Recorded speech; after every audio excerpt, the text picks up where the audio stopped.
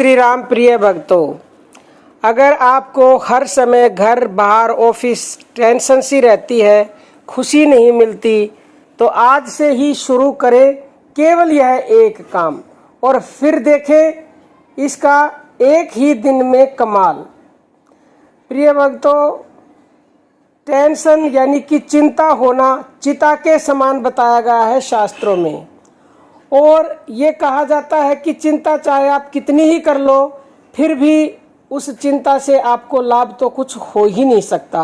वो आपके शरीर में अनेक बीमारियां उत्पन्न करेगी, आपको नींद नहीं आएगी, आपको भूख नहीं लगेगी, आप कमज़ोर हो जाएंगे, आपके चेहरे की सुंदरता भाग जाएगी, और आप जब रात को सोएंगे नहीं तो अगले दिन ठीक से काम कर नहीं पाएंगे, यानी कि आप फ्रेश नहीं रहेंगे, आपका मन काम में नहीं, यानी कि आपका हर तरह से चिंता नुकसान ही नुकसान करती है।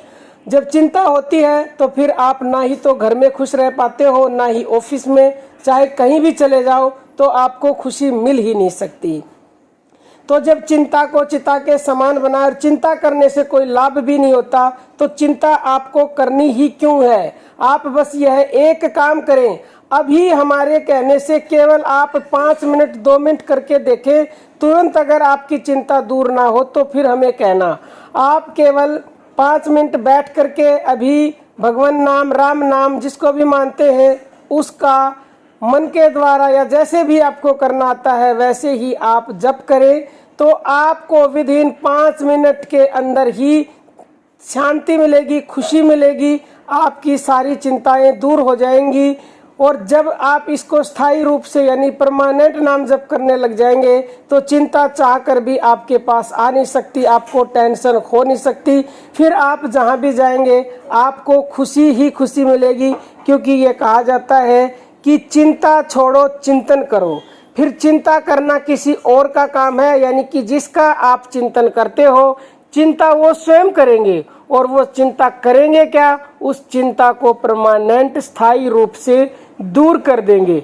जिस तरह से जब घर में बच्चा समझदार हो जाता है, जवान हो जाता है, तो माँ बाप अपने सारे काम सारी चिंताएं बच्चे को सौंप देते हैं कि अब बच्चा समझदार हो गया, लायक हो गया है, अपनी सारी वसीयत प्रॉपर्टी उसको दे करके और निश्चिंत हो जाते हैं बुढ़ापे में, तो फिर उन्हें किसी प्रकार की चिंता नहीं रहती। ऐसे ही वो सर्वशक्तिशाली है, प्रभु है, उसके नाम का आप जप करें, सारी चिंताएं उसको दे दे तो आपकी सारी टेंशन मिट जाएंगी। फिर उसका काम है वो अपने आप ही संभालेगा।